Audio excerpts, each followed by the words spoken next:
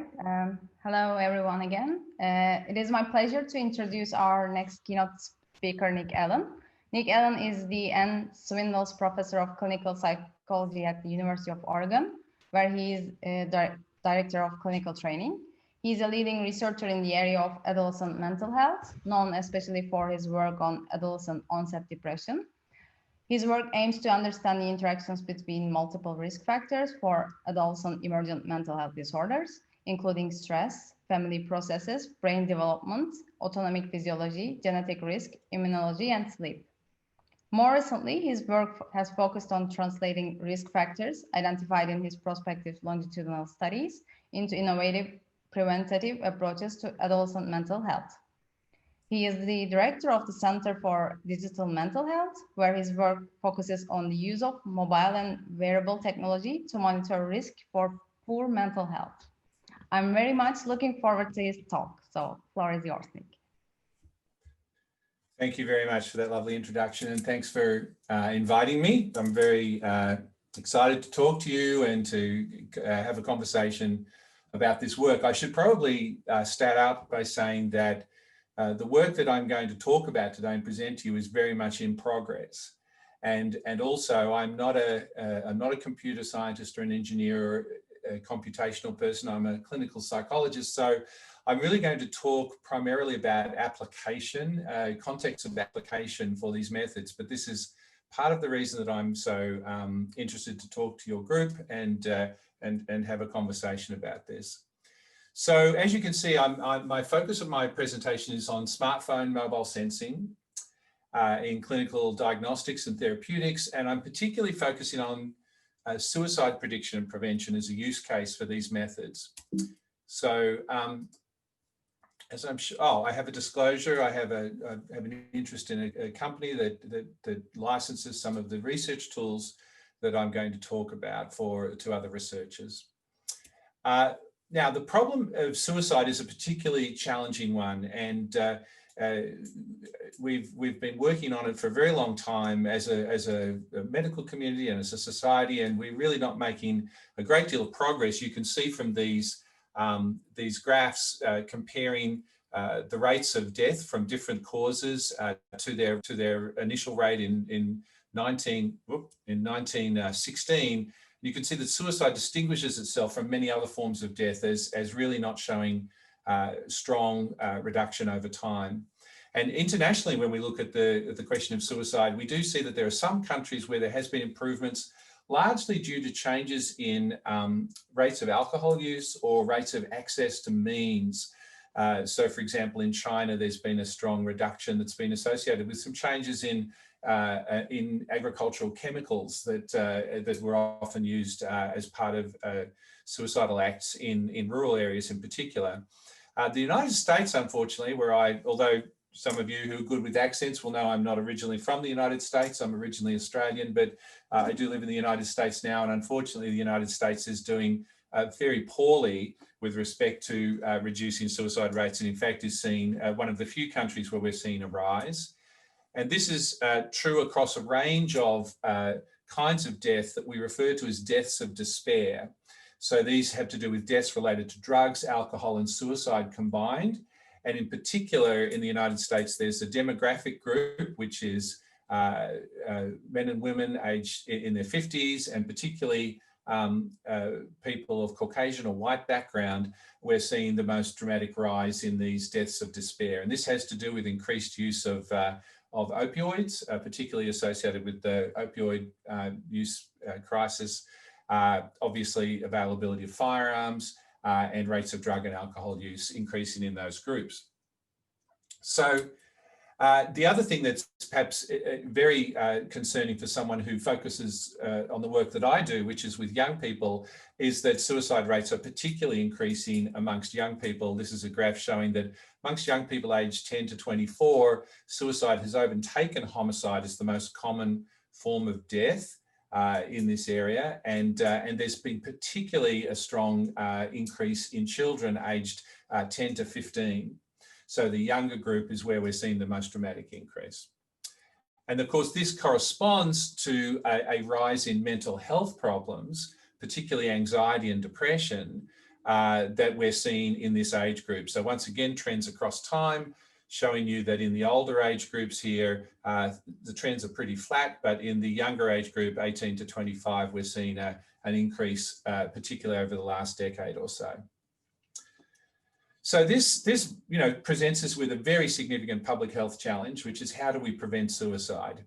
And I want to organise my discussion of this topic around two approaches. First is to reduce long-term risk factors, which, as you've seen, largely is about how to improve mental health and resilience. And the second one is to interrupt suicidal crises through some kind of just-in-time intervention.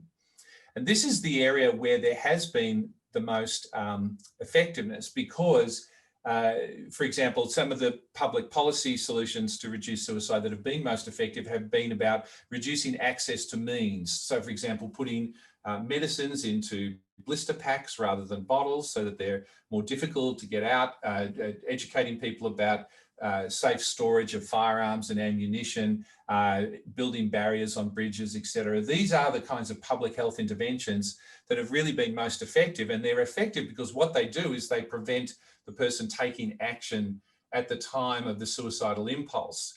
And the important thing to understand is that many suicidal impulses are relatively short. The period where someone is really likely, although there's been a long build up to that point, the point of action for many people is often fairly short, maybe 10 or 15 minutes. And so if you can intervene at that time and break that cycle, then you can often help a person and sometimes save a life. There's also, evidence to show that if people call suicide helplines at that time, that reduces the likelihood of them making an attempt very significantly. So apart from this approach of reducing access to means, the other approach we have is providing support or diversion at high risk moments. But of course, both of these, the long-term risk factor and the short-term just-in-time intervention approach requires us to deal with the problem of prediction. How well can we predict these high-risk periods? And this is where we have some sobering findings at the moment. There was a meta-analysis published about 3 years ago of 50 years of research that found that risk factors can predict suicidal thoughts and behaviours, but only predict slightly better than random guessing. So the effectiveness of the prediction is not very good. And also they found that from 1965 to 2014, the accuracy of prediction provided by the most contemporary methods did not improve at all. So despite this very long period of research, there was no substantive improvement. And the authors of this report, Joe Franklin and his colleagues, felt that this was to do with a couple of things. First of all, testing risk factors in isolation, so only testing one at a time. Secondly, examining risk over long periods of time, which includes, particularly a lot of long-term risk studies. And also focusing on a small number of risk factors over and over again. So lack of innovation in the risk factors that are being examined. So I've already talked about this idea of the importance of timing for suicide prevention. These pictures come from a very famous Christmas movie that's often shown on TV in the United States and also in Australia, where I'm from, called It's a Wonderful Life. And there's a scene in that where Jimmy Stewart is playing a character who is contemplating suicide, and an angel comes and speaks to him and is able to intervene right at that time and prevent him from in this case, leaping off a bridge. So this, the interesting thing is that this idea of just-in-time intervention is something that people have been working on in, particularly in behavioural health recently. So the idea of a just-in-time intervention is an intervention that provides support by adapting to the dynamics of the individual's internal state and context.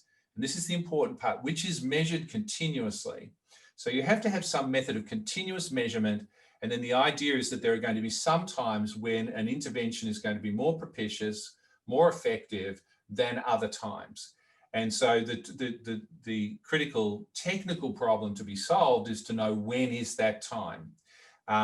These methods are currently being applied to things like smoking, support of physical activity, change in eating behaviour. but they have obviously, from what we've reviewed, very strong application to the problem of suicide. The problem that we have applying these methods to suicide is that when you look at, once again, based on the Franklin meta-analysis, if you look at the time period of prediction that is in the current literature, it's all what we would call long-term prediction.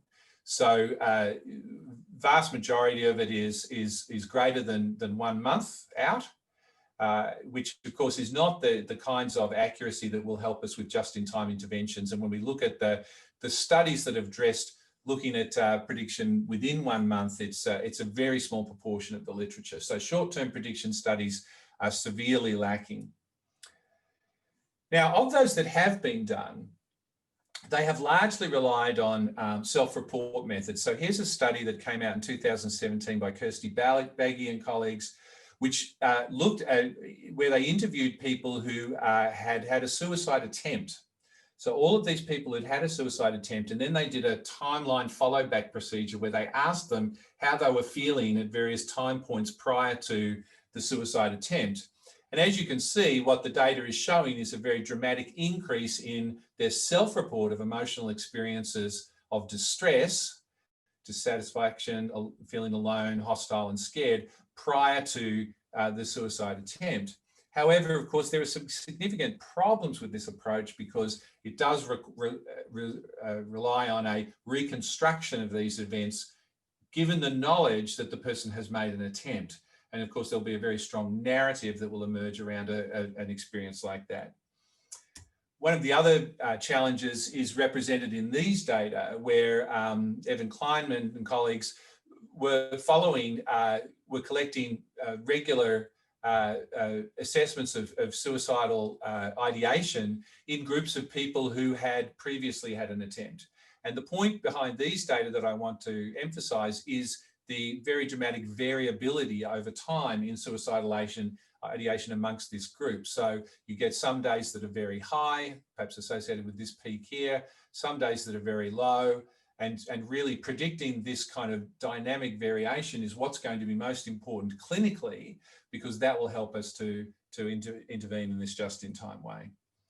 And of course, as I said, both of these approaches are largely reliant on self-report.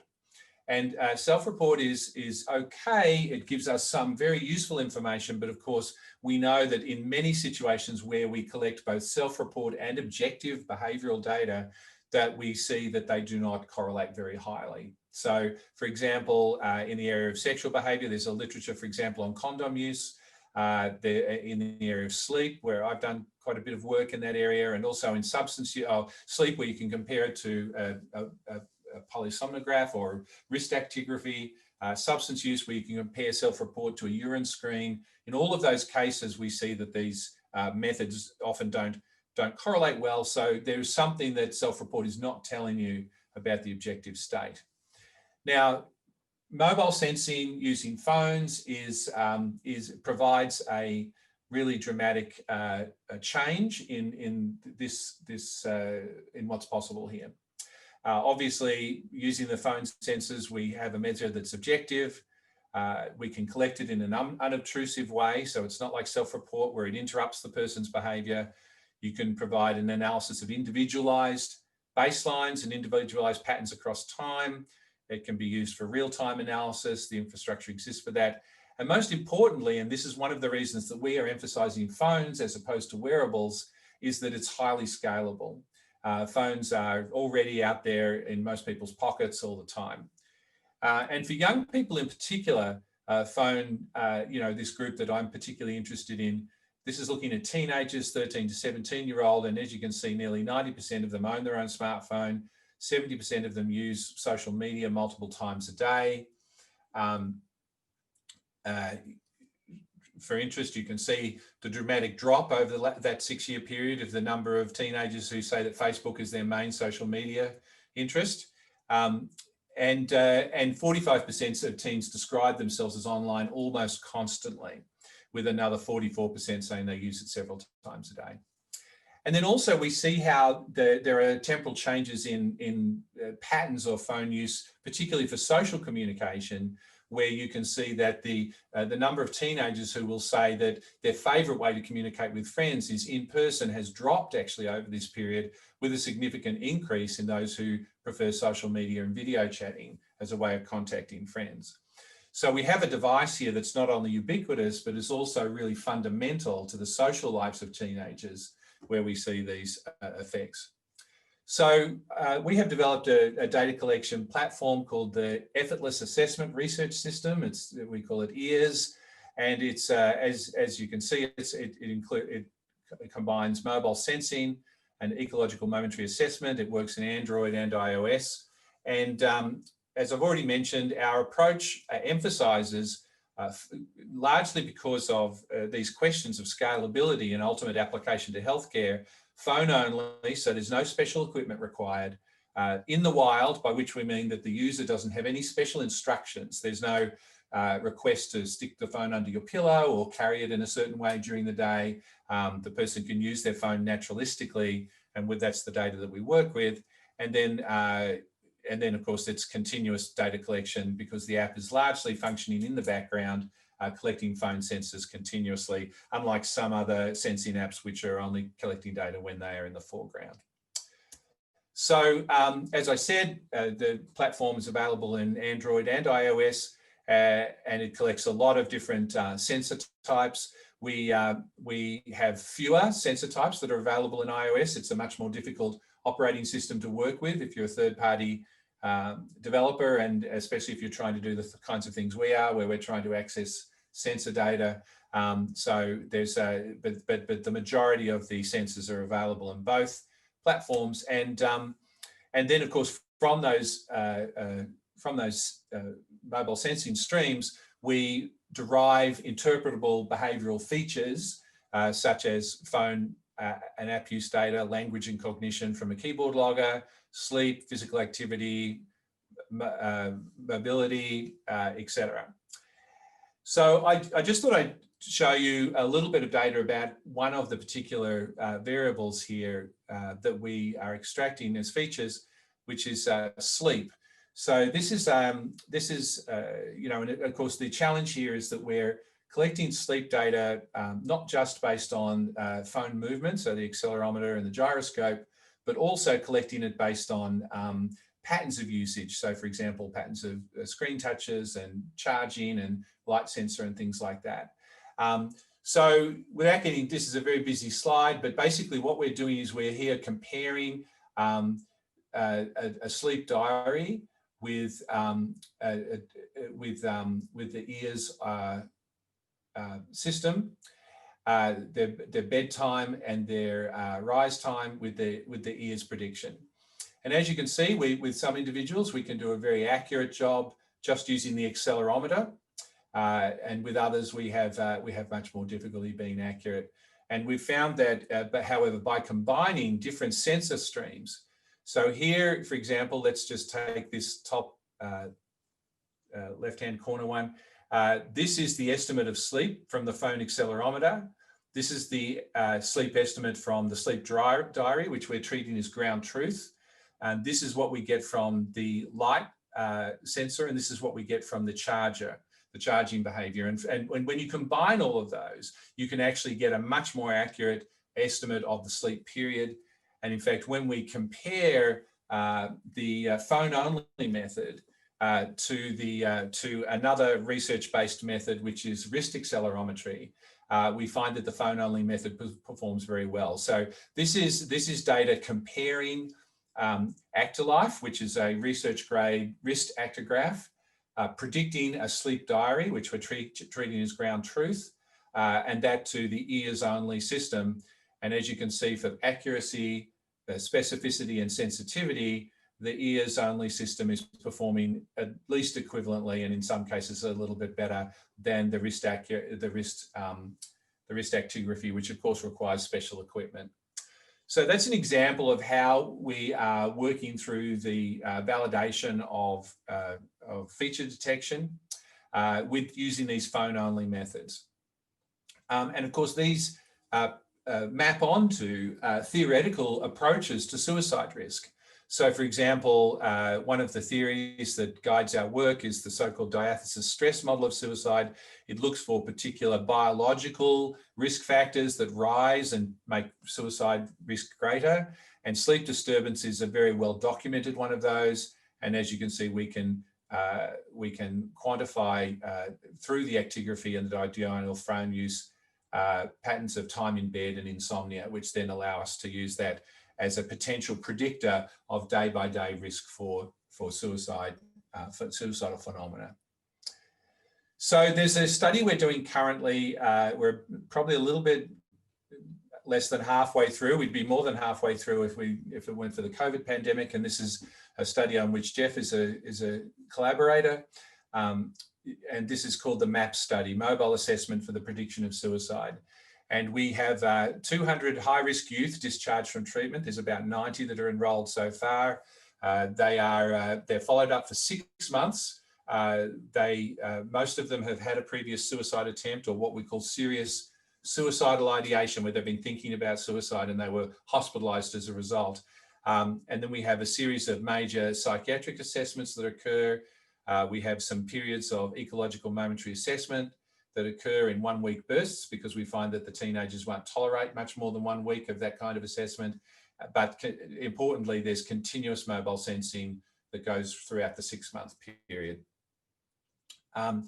Just in terms of the kinds of data that we can collect from these just give you some examples. Here's an example of with a group of teenagers of the kinds of apps that they're using and how many messages they're sending in each type of app. You can see SMS is very popular, followed by Snapchat, Discord, Instagram. You can see that Facebook, once again, is not even here anymore. Email is very unpopular with young people.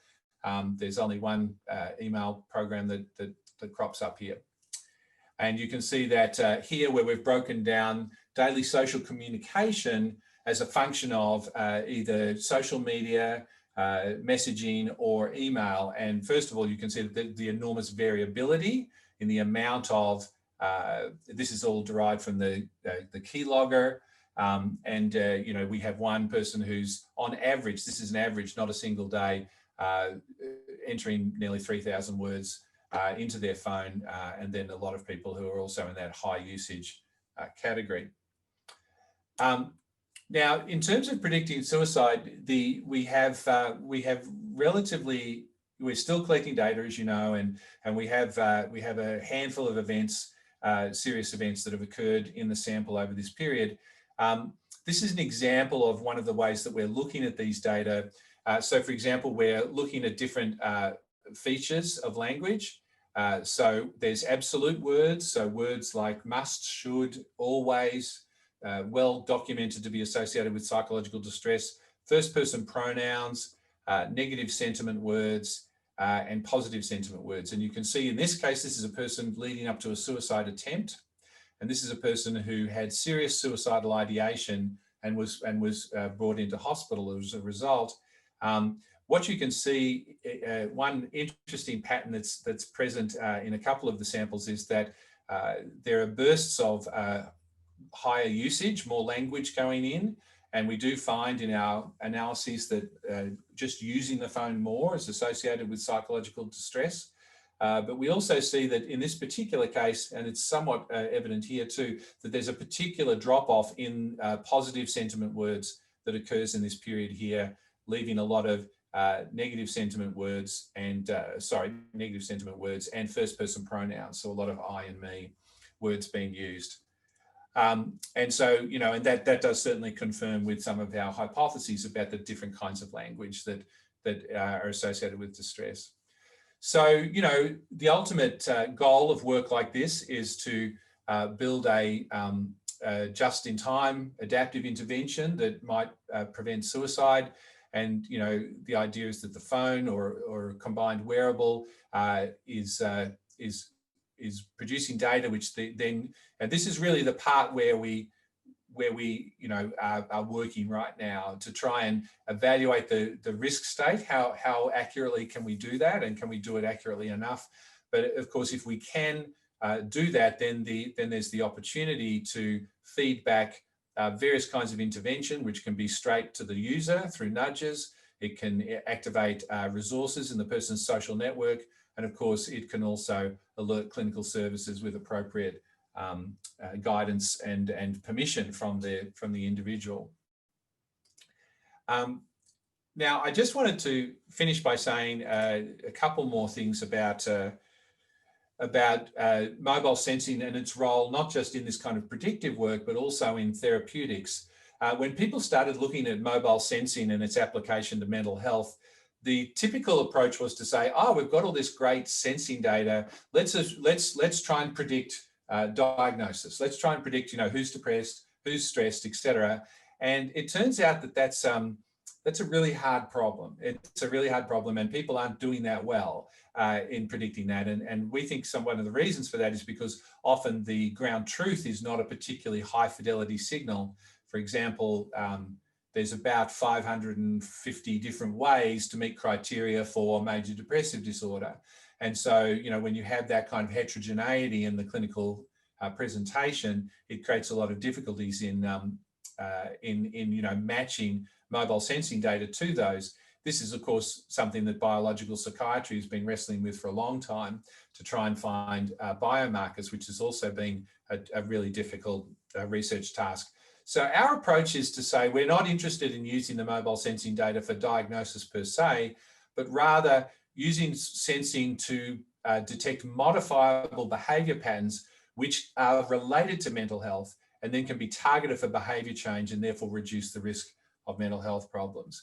So a particular example of that is an application that we're working on now where it's based on a particular psychological therapy called behavioural activation.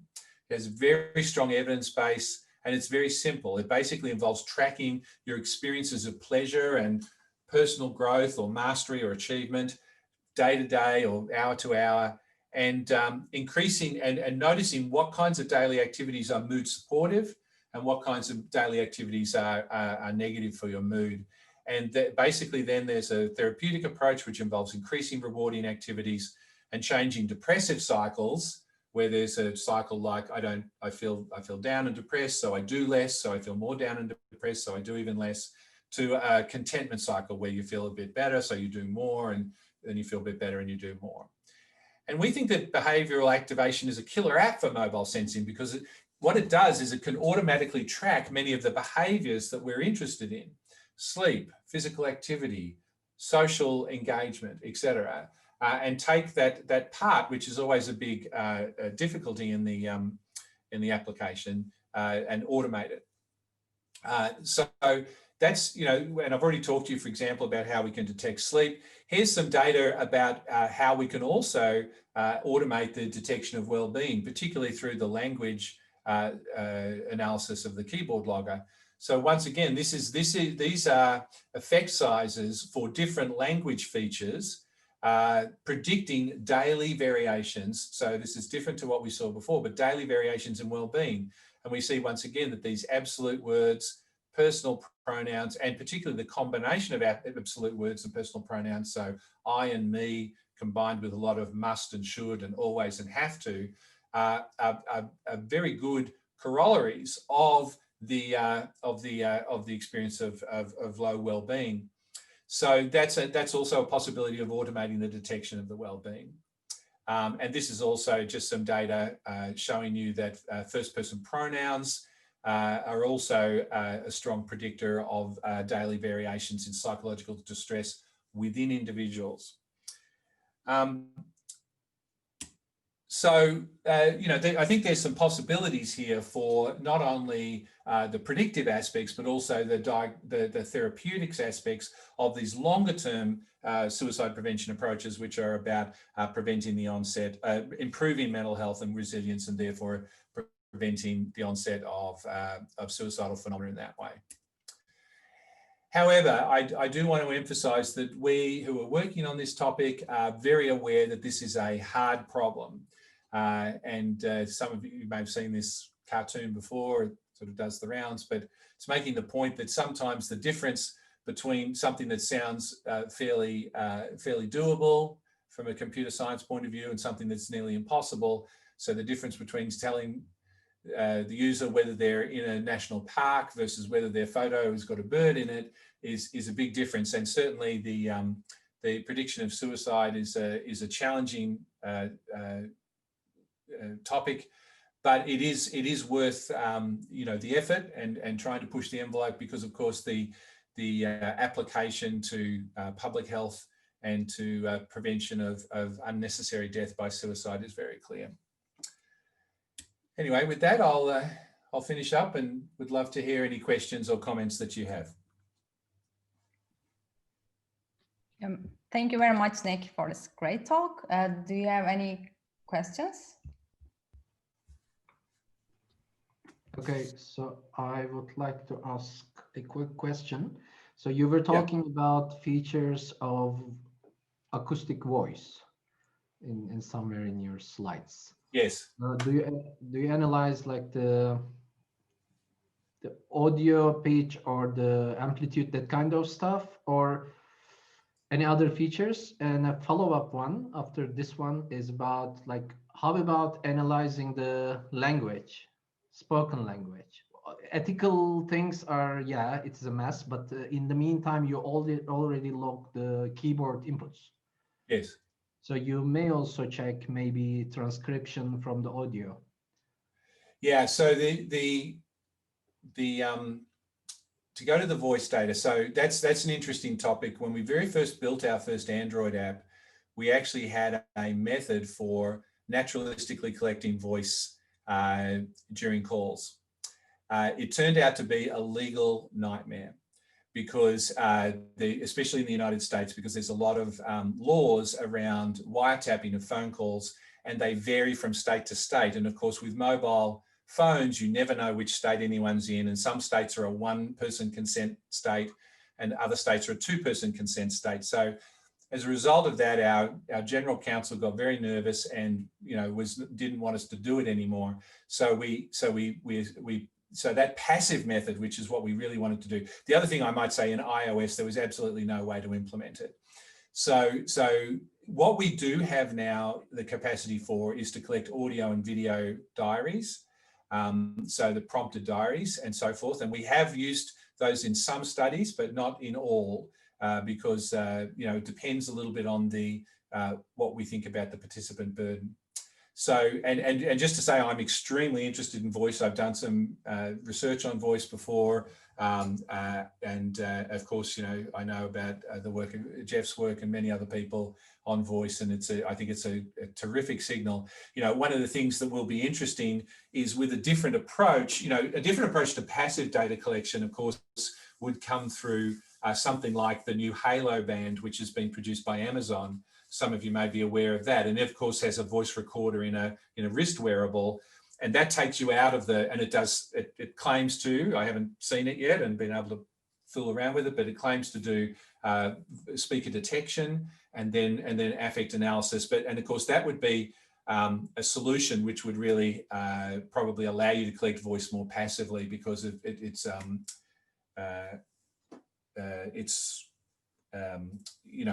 not involved in the telephone system essentially. But yeah, so we do have a couple of studies where we have these video diaries, and there we can look at, in terms of multimodal, which I know is the core interest of this conference. Then we can get face and voice and speech and posture and gesture, all from those data. But when we're in our purely, we do really emphasize the purely passive mode, because that's the one that's ultimately going to be most scalable in terms of the kinds of clinical applications we have in mind.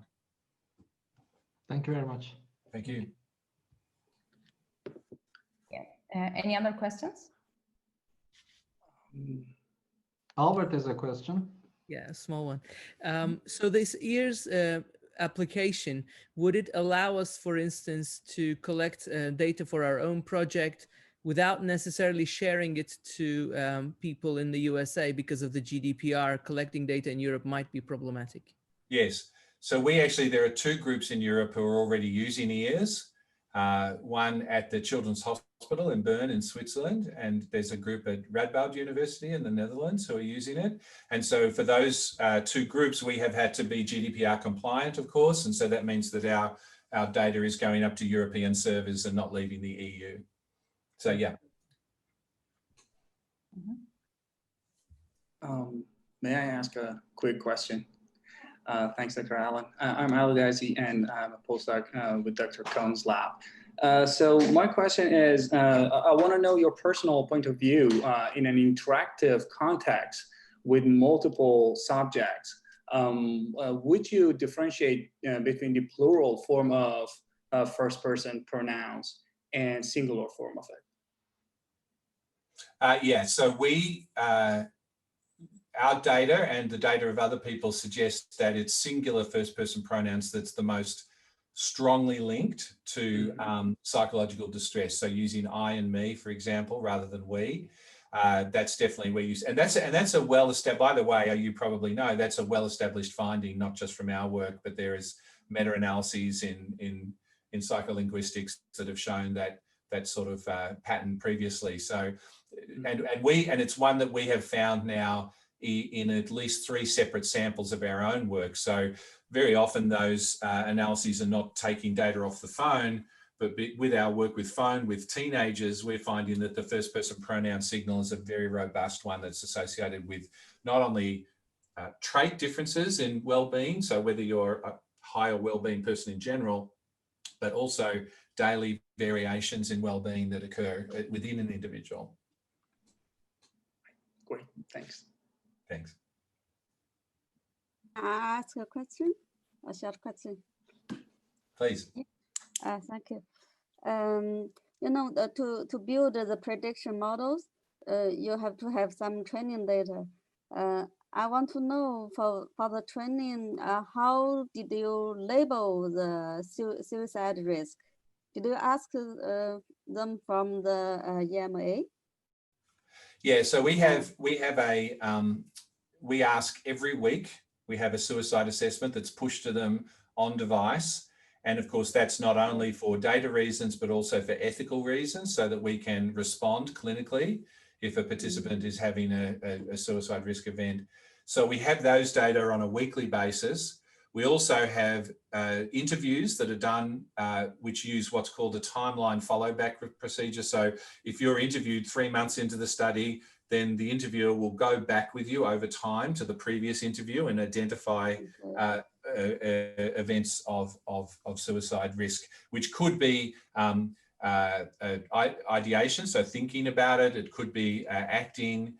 It could be what we call a suicidal gesture, which is something that's probably not deadly, but nevertheless, the person engages in a behaviour that's very risky and could harm themselves.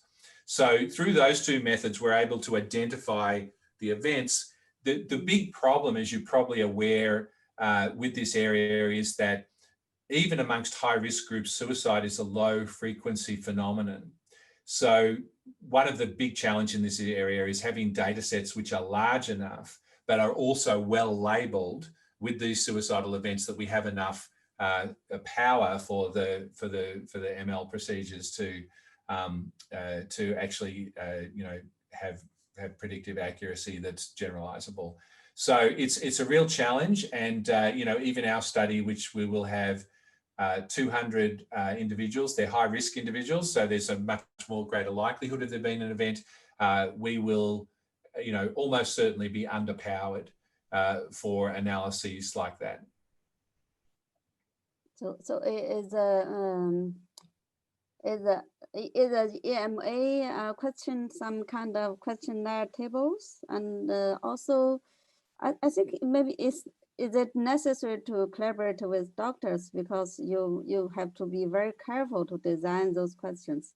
If sure. someone, yeah, if someone want to get suicide already, you ask them. If you want to get suicide, it's it's not just so rational to him.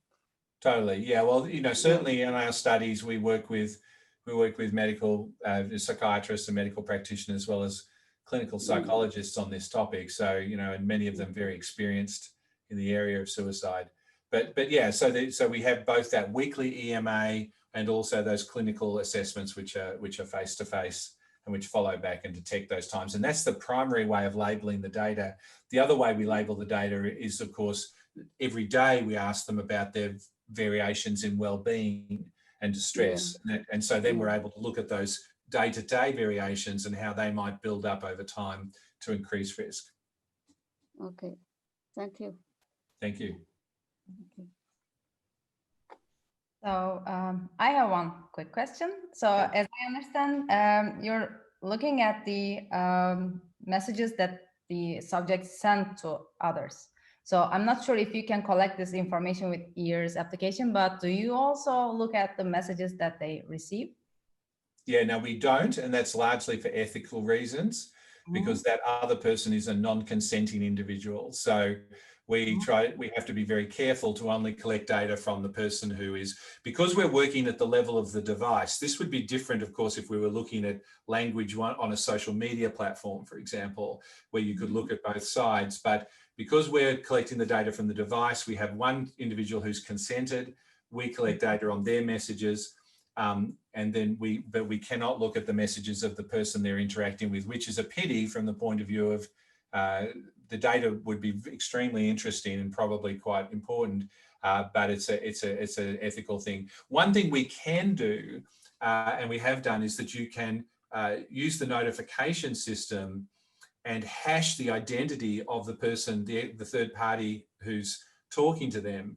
And you don't look at the content, because that could still break confidentiality, but you can actually look at the frequency. So for example, if a person always texts with just one person versus a person who texts with a large variety of people, we can actually answer that question in a way that's secure in terms of the identity of those third parties. Yeah, thank you. Okay. Do we have any other questions? I guess we're out of time, but okay, then thank you again, Nick, for giving this great talk to us, and it was a pleasure to have you. So here we come to the end of our workshop. Thank you everyone for joining us today. We have been recording most of the talks, so the talks will be available after the conference. Yeah, I hope you all enjoyed our workshop. See you next time. Thank you. Thank you. Okay, see you. Thank you all.